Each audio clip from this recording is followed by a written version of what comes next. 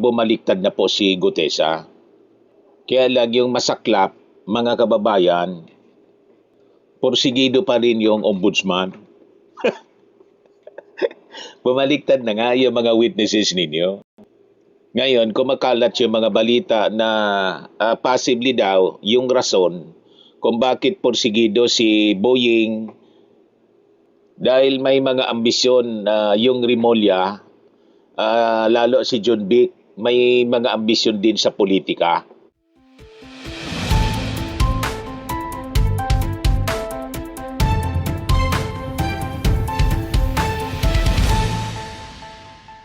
Hello po mga kababayan, si Dante Maravillas. Ito na yung mga balita ngayon. Sabi po ni Ping Lacson, Romualdez may file perjury charges versus Gutesa. At dahil mga kababayan sa mga nangyayari ngayon, nauuso yung mga tanim witness. Ang sabi ni Ping Lacson, dapat niya mas mabigat na penalties na ipatong sa mga witnesses. I mean, doon sa mga nananakot ng mga witnesses para magsinungaling under oath, para mag-commit ng perjury. Yun kasi mga kababayan yung ginawa dito sa mga Maleta Boys. Lalo na dito mga kababayan kay Gutesa, bumaliktad na po si Gutesa. Kaya lang yung masaklap, mga kababayan, porsigido pa rin yung ombudsman. Bumaliktad na nga yung mga witnesses ninyo. Ngayon, kumakalat yung mga balita na possibly daw yung rason kung bakit porsigido si Boying dahil may mga ambisyon yung Rimulya, lalo si John Vic, may mga ambisyon din sa politika. Sa bagay, narinig natin na last year pa, may plano din pala itong si John Vic Rimulya, DILG Secretary, na tumakbong presidente. Open siya sa pagtakbo mga kababayan. Yan. Being president is everyone's dream, but I don't know if the people are ready for me. I know I am ready for the job, sabi po ni John Vic noong April 2026. Si Boying Rimulya niya, Mr. Maravillas, anong tingin mo? Baka may ambisyon din. Other than yung kanyang pagiging ombudsman. Kasi dati naman siyang politiko. Di ba, mga kababayan? So yun po ang tinitingnan ng mga political observers kung bakit ganun na lang ang pagnanasa ni Boying. Di ba? Maybe because of the ambition ng kanilang family sa politika, sa higher position. Could be si John Vic or siya mismo mga kababayan. Kaya niya Mr. Maravillas target si Martin Romualdez. Malamang po tulad ng pag-target ng mga Duterte kay Martin Romualdez, bukang bibig ni Sara Duterte mga kababayan si Martin Romualdez. At maging si Chis Escudero. Si Marcoleta. Di ba? Kaya nga po, ito, gawa ng kwento itong si Martin Romualdez. Nagbaliktaran yung mga testigo. Kaya sabi dito mga kababayan sa balita, Romualdez may file perjury charges versus Gutesa. Sabi po ni Ping Lacson. Ayon kay Ping Lacson, it is up to former House Speaker Martin Romualdez whether he will file perjury charges against retired Marine Martini Orly Gutesa. Martini pala yung pangalan nito. Hindi lang Orly. After the latter recanted his testimony accusing the lawmaker of receiving cash kickbacks from flood control projects. Pabor sa kanya dahil nag-recant si Gutesa. Siya na yung pinaboran dahil ni-recant na yung testimony, sabi po ni Ping Lacson. sa aking tingin baka makulong din.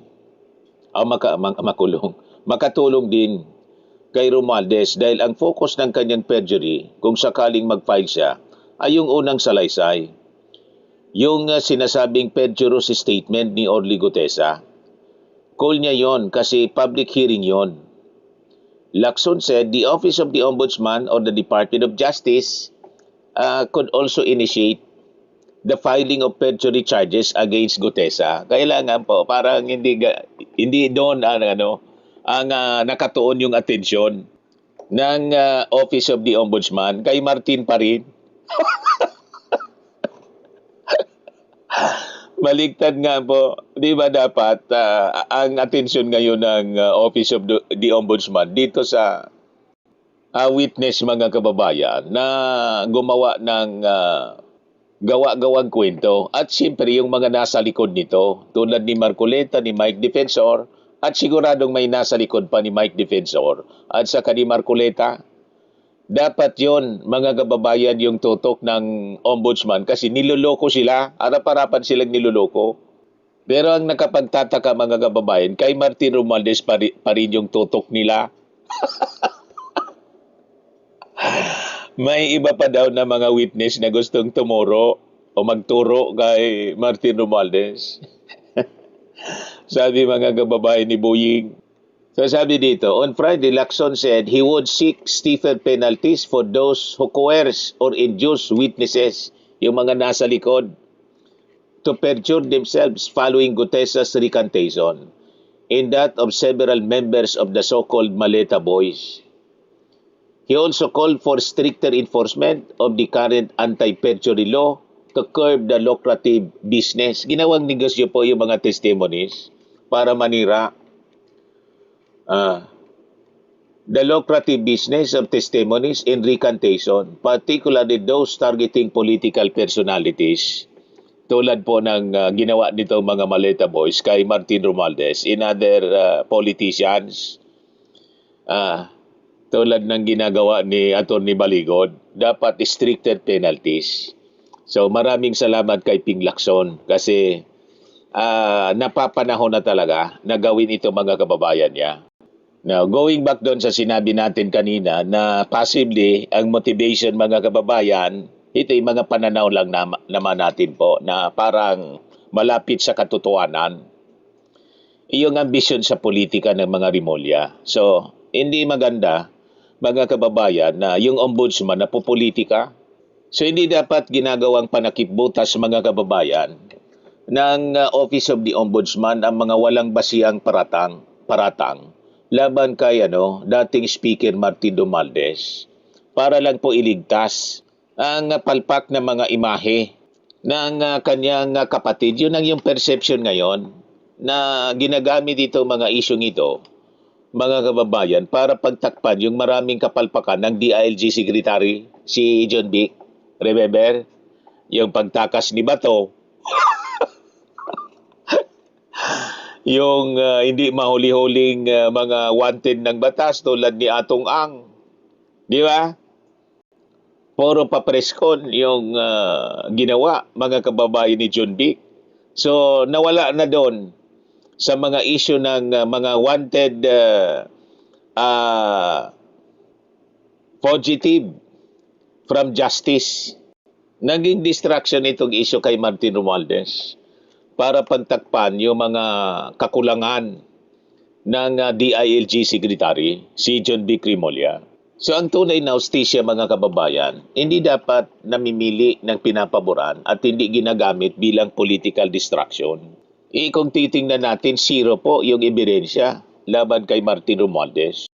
Kasi po, sa pinakahuling supplemental counter affidavit ni dating Speaker Martin Romualdez, ito na ngayon, formal na po, na winasak ang credibility ng reklamo sa pamamagitan ng tatlong magkakaiwalay na grupo.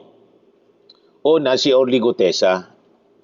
Siya mismo mga kababayan ay nag-recant na at isinawalat na sina Senator Rodante Marcoleta at dating Congressman Mike Defensor ang utak sa likod ng mamanufacture po mga kababayan ng kanyang affidavit kapalit ng sabi 150 million pesos na suhol. Di ba? Yun ang mga balita. Pangalawa, yung apat na maleta boys, bumaliktad mga kababayan dahil ang kwento ng hatian ng pera o hatira ng pera mga kababayan ay pawang kasinungalingan. Yung delivery. Yung pangatlo, ang mga bodyguards at drivers mga kababayan ni dating Congressman Saldico ang nagmunyag na pilit at binabayaran lang daw sila mga kababayan para sumali sa grupo, para magsinungalin lang laban kay Martin Romualdez. Bakit na niya, Mr. Maravillas, matindi yung sa buwatan? Hindi nga natin maintindihan kung bakit ganon. Bakit laging si Martin po, yung tinatarget po nila? But anyway, yung buong akusasyon mga kababayan ay napatunayang scripted at isang malaking katang-isip. Di ba? Si Gutesa mismo, na isang star witness na kinoconsider ni Marcolita, di naka-credible daw. O ngayon niya sabihin na credible witness si Gutesa. Di ba? Umaming binayaran lang para mag-imbento. Apat na kasama niya ang umatras at ilan pang mga bodyguards ang nagpatunay na may gumagapang at nagpapabayad sa mga tao para lang madiin mga kababayan yung dating speaker. So ngayon mga kababayan, kung yung mga pangunahing testigo ay bumaliktad na at ang mga security personnel ay umaming may pwersahan at bayarang nagaganap para lang sirain mga kababayan si Romualdez, anong ebidensya pa ang natitira sa ombudsman? Yun ang tanong mga kababayan. So yung mga pilit na paggigiit mga kababayan at paggigipit ay malinaw na lumalabas ay pagpapatakbo ng isang demolition job laban kay Martin Romualdez. So ito po mga kababayan na mga recanted testimonies, mga binawing salaysay, ay tuluyang nag-alis ng credibility at sa kaligal na bigat mga kababayan sa panig ng prosecution. So ang pagpilit sa mga testigo, subordination of perjury, at ang paggamit ng mga faking affidavit ay sapat na basihan mga kababayan sa ilalim ng rules of court upang ibasura yung preliminary investigation dahil sa kawalan po ng probable cause. Kaya yung tanong, ano ba yung politika na nakikita ngayon na lumalabas parang pinopolitika na ng ombudsman mga kababayan si Martin Romualdez?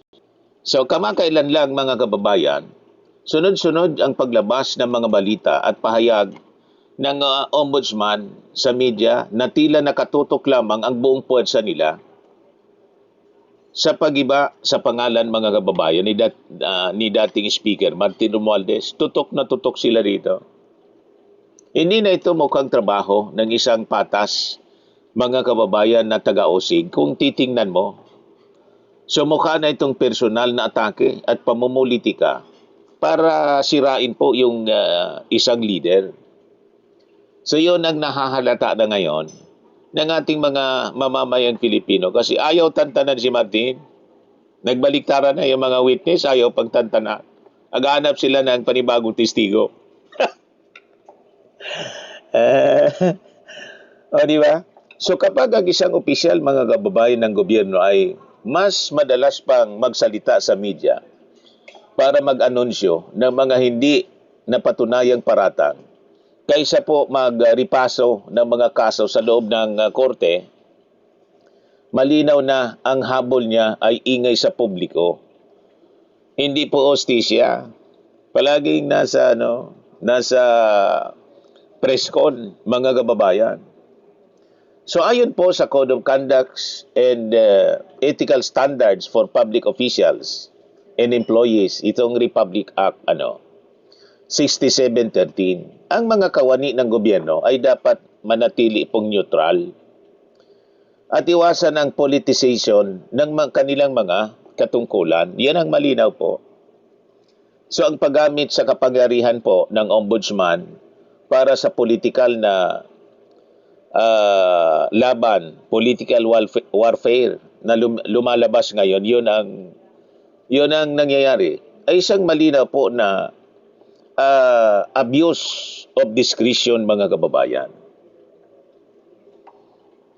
So ang tanong na ngayon, could it be saving the post of his brother, si John Vic Remulla, kasi puro sablay yung mga aksyon ni John Vic. Wala man nahuli si John Vic. Di ba? Wala pag nahuli. Mga kababayan, mauli na sana si Bato de la Rosa kasi na-corner na doon sa na-corner na doon sa Senado. Anong ginawa ni John Vic, mga kababayan? Hindi niya ako pumunta dito para i-arrest si Bato. Ayun, nakatakas.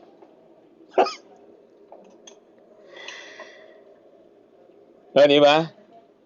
Puro sablay, mga kababayan. So lumalabas ang isyong ito sa gitna ng matitinding ulat ng media ukol sa sunod-sunod na kapalpakan sa ilalim ng pamumuno ng kanyang kapatid na si John Vic Remulla. Kabilang ang kontrobersyal na pagtakas ni Bato de la Rosa at ang kabigo ang hulihin ang umapanagot itong mga high-profile fugitives tulad ni Atong Ang, yung negosyanteng si Atong Ang. Si Harry Roque, tapos yung, di ba? Yung ating kababayan, si Saldico. Napaya, pati mga kababayan, yung ating Pangulo na nag-announce na maibabalik in just a few days. Wala. Di ba? So, ginagawa nilang diverting tactic. Yan ang lumalabas ngayon. Diversionary. O pampalito ang issue dito kay Martin Romualdez. Yung mga witnesses laban kay Martin Romualdez, nagbaliktaran na. So ano pa? At malinaw, mga kababayan, doon mismo sa unang affidavit, hindi familiar si Gutesa, mas familiar si si Marcoleta. Tinuruan pa nga po. O ito, Anya, basahin mo, Anya. Basahin mo na lang, paragraph 20. Kamot ulo, si Gutesa. So ginagawa nilang diverting tactic o pampalito itong issue kay Martin Romualdez. Dahil bugbog na ang pamilya Remulla sa batikos ng ating mga mamamayang Filipino. Dahil sa mga takasan at palpak na operasyon ng DILG po, naghanap sila ng ibang malaking issue para doon mapunta yung atensyon ng tao at maisalba ang pwesto ng kanyang kapatid, itong si John Vic Remulla, na puro sablay. Mas mabilis mag-press-con kaysa may mahuli sa mga high-profile na mga fugitives, mga kababayan. Di ba? So, imbis na ayusin, harapin ang kapalpakan ng sariling kapatid sa pagpapatupad, mga kababayan, ng batas, bakit mas pinili ng ombudsman na mag-imbento ng gulo laban sa isang taong wala mang kasalanang nakikita kay Martin Romualdez? Di ba?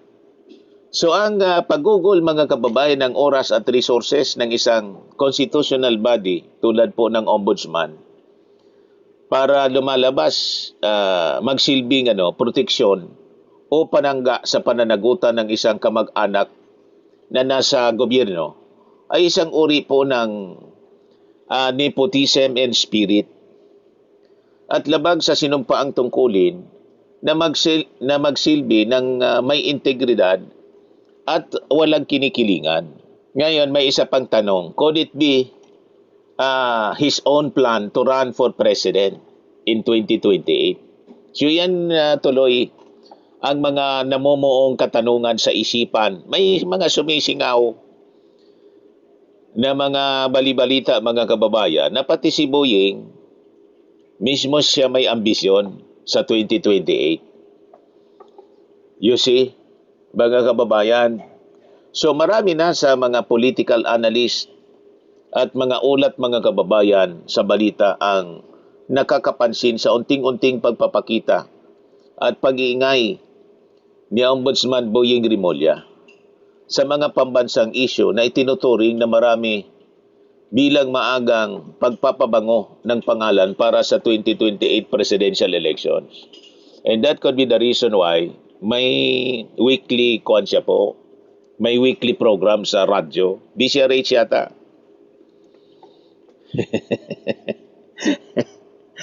Di ba? Para laging naalala, laging active sa mainstream media. So yun ang nanaalata ngayon. So lumalabas tuloy na ginagamit ang kanyang posisyon bilang lunsaran o stepping stone sa kanyang ambisyon na possibly tumakbo bilang presidente mismo. Gusto niyang magbukang matapang, mga kababayan, sa media sa pamamagitan ng pag-atake sa malalaking pangalan tulad po ni Martin Romualdez. Si Martin kasi siya yung itinuturing na big fish. Kasi pinsan ng ating Pangulong Bongbong Marcos.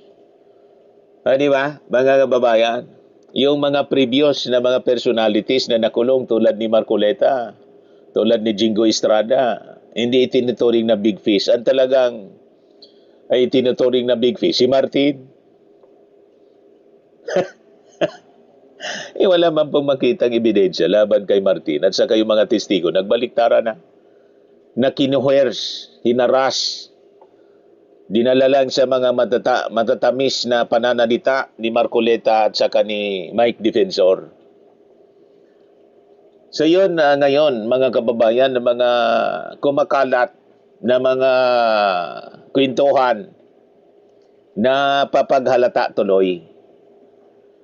So isang malaking insulto, mga kababayan, sa taong bayan na ang isang ahensyang binuo para puksain ang korupsyon ay ginagawa palang makinarya para sa personal na kampanya o ambisyon ng isang tao.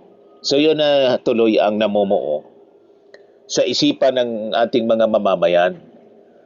Ang Office of the Ombudsman ay dapat na maging malaya at hiwalay sa anumang partido politikal o personal na interes.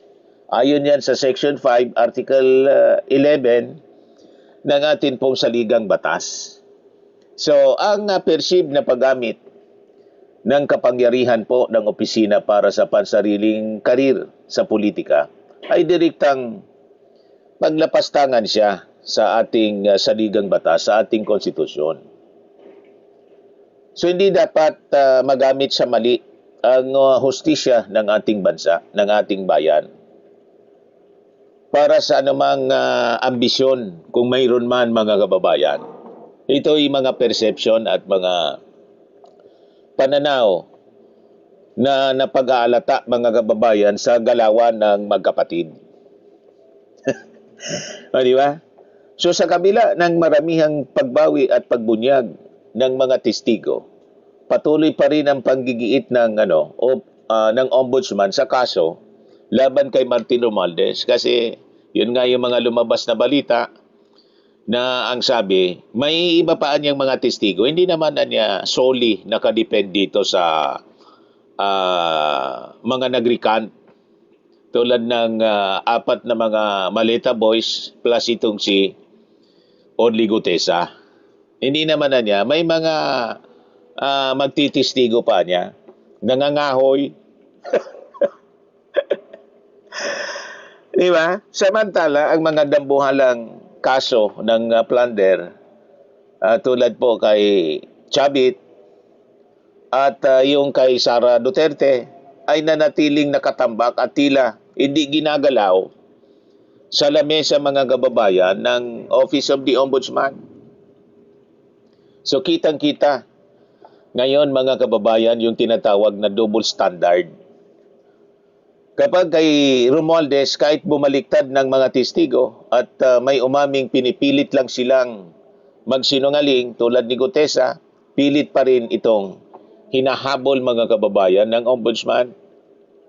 Di ba? Iyon ang nakikita ng publiko ngayon mga kababayan. Pero kapag sa ibang makapangyaring tao na may matagal ng kaso ng plunder, parang nagbubulag-bulagan at nagbibingi-bingian po sila. Yung sa pork barrel fund nga ni Pulong, doon sa hindi man, wala mang sinasabi yung Office of the Ombudsman kung mag-imbestiga sila doon sa mga flood control sa Davao na malinaw na hindi po epektibo.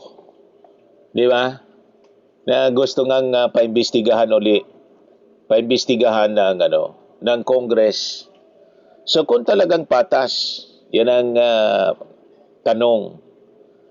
Kung talagang patas sila, bakit ang kasong gawa-gawa at napatunayang pinilit yung mga saksi, mga kababayan?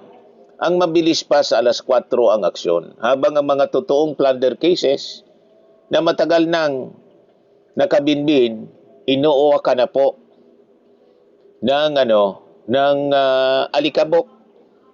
So yun ang tanong. So ito ay isang malinaw na paglabag sa Equal Protection Clause sa ating saligang batas, mga kababayan. Ang batas ay dapat ipatupad ng patas sa lahat. Hindi pwedeng mabilis at mapilit sa kalaban sa politika, ngunit mabagal o protektado naman pagdating sa iba. So the investigation process should not be preordained. Yun ang dapat na mangyari.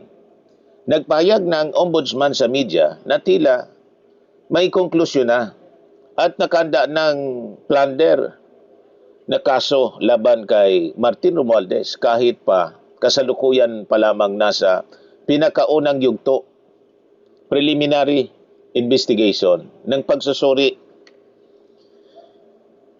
sa reklamo, mga kababayan.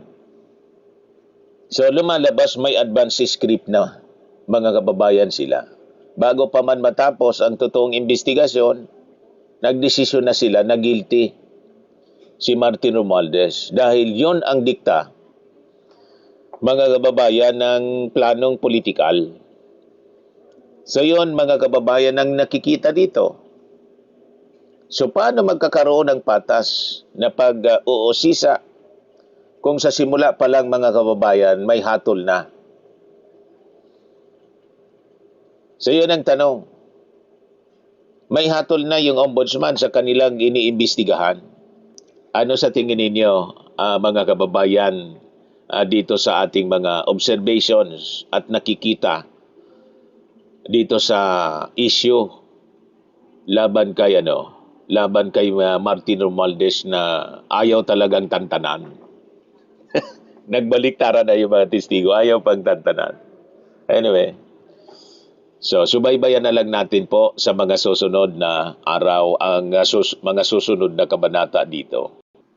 Sa mga naghanap ng malinis and spacious fitness gym, pumunta lang po kayo sa aming Colossal Fitness Gym. We also offer Grab Car Rental with our brand new 2023 model ng Toyota Innova.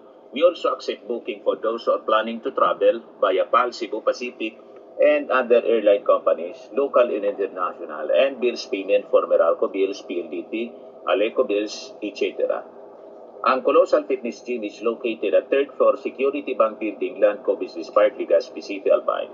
For inquiries, look for Chilon Maravillas. Contact number 0966-802-0949. Yan yung aming Innova. Lagi na po matao sa amin.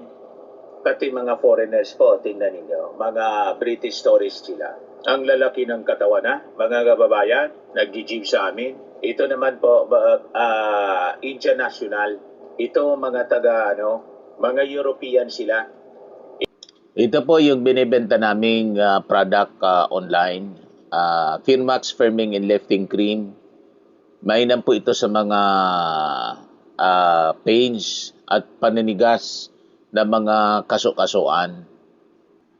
Ito po, Automax Radiant Serum. Sa mukha naman yung application. Anti-aging po siya.